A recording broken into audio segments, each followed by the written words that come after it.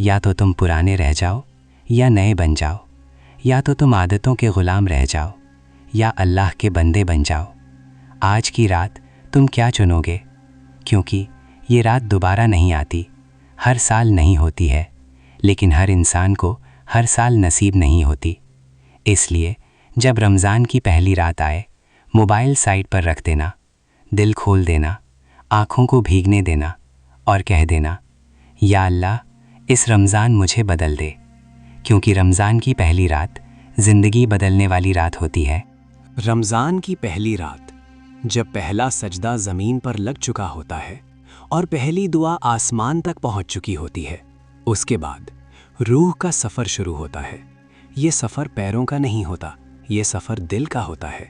انسان مسجد سے نکل کر گھر کی طرف چلتا ہے، لیکن اس کا جسم چل رہا ہوتا ہے اور روح کہیں اور ہی جا رہی ہوتی ہے۔ ہوا ٹھنڈی ہوتی ہے، چاند اوپر چمک رہا ہوتا ہے، کھجور کے درخت دھیرے دھیرے ہل رہے ہوتے ہیں اور شہر کے کونے کونے میں ایک عجیب سی خاموشی ہوتی ہے، مگر یہ خاموشی سنسان نہیں ہوتی، یہ خاموشی بول رہی ہوتی ہے۔ سوچو، ایک جوان مسجد سے نکل کر رک جاتا ہے، وہ آسمان کی طرف دیکھتا ہے، اس کے ذہن میں سوال گھومنے لگتے ہیں، میں کون ہوں؟ میں کہاں جا رہا ہوں؟ اور اگر آج میری موت آ جائے؟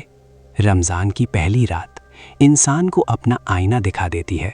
ساری زندگی ہم دوسروں کو دیکھتے رہتے ہیں، لیکن اس رات ہم خود کو دیکھتے ہیں۔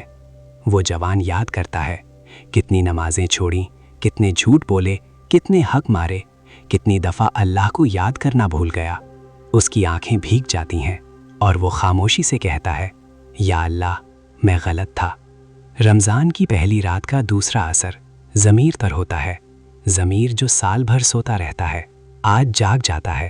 ایک آدمی اپنے گھر کے کونے میں بیٹھ کر تسبیح گھماتا ہے، ہر دانہ اس کی زندگی کا حساب بن جاتا ہے۔ سبحان اللہ، الحمدللہ، اللہ اکبر۔ ہر لفظ اس کے دل کا بوجھ ہلکا کرتا جاتا ہے۔ وہ سوچتا ہے، یا رب تو نے مجھے کتنی دفعہ بچایا اور میں نے تجھے کتنی دفعہ بھلایا۔ اور پھر اس کے ہونٹ کانپ جاتے ہیں، آنسو گرنے لگتے ہیں۔ یہ آنسو کمزوری کے نہیں، یہ واپسی کے ہوتے ہیں۔ رمضان کی پہلی رات انسان کو اپنے رب سے ملوا دیتی ہے، بنا وسیلہ، بنا شور، صرف بندہ اور اس کا اللہ۔ اس رات فرشتے زمین پر پھرتے رہتے ہیں، وہ ہر اس جگہ جاتے ہیں جہاں کوئی اللہ کا نام لیتا ہے، جہاں کوئی سجدہ کرتا ہے، جہاں کوئی توبہ کرتا ہے۔ وہ لکھتے رہتے ہیں، اس نے رو دیا، اس نے معافی مانگ لی، اس نے نیت کر لی، اور پھر وہ لکھ کر اوپر بھیج دیتے ہیں، عرش کی طرف۔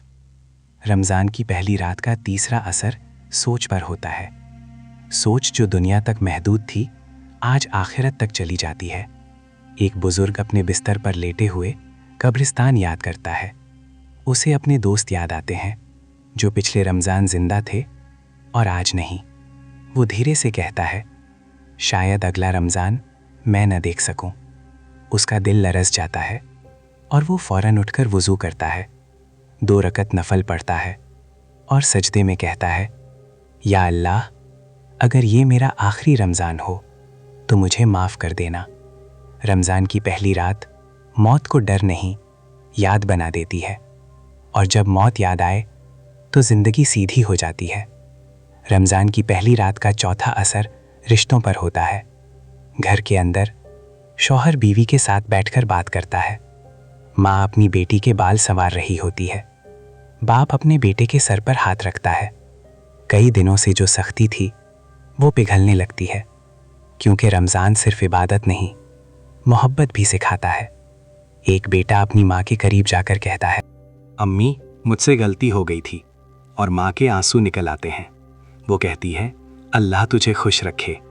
اس لمحے صرف ماں نہیں روتی، آسمان بھی خوش ہوتا ہے۔ رمضان کی پہلی رات کا 5واں اثر دعا پر ہوتا ہے۔ اس رات دعا صرف الفاظ نہیں ہوتی، یہ فریاد ہوتی ہے۔ ایک غریب اپنے چھوٹے سے گھر میں ہاتھ اٹھاتا ہے، یا اللہ میری مشکل آسان کر دے۔ ایک بیمار اپنے بستر پر رو کر کہتا ہے، یا رب مجھے شفا دے۔ ایک ماں اپنے بیٹے کے لیے کہتی ہے، یا اللہ اسے ہدایت دے۔ اور جب یہ دعا نکلتی ہے تو خالی نہیں جاتی، شاید فوراً قبول نہ ہو مگر لکھ لی جاتی ہے۔ Final message for viewers. رمضان صرف ایک مہینہ نہیں، یہ ایک ٹریننگ ہے جو رمضان کے بعد بھی چلنی چاہیے۔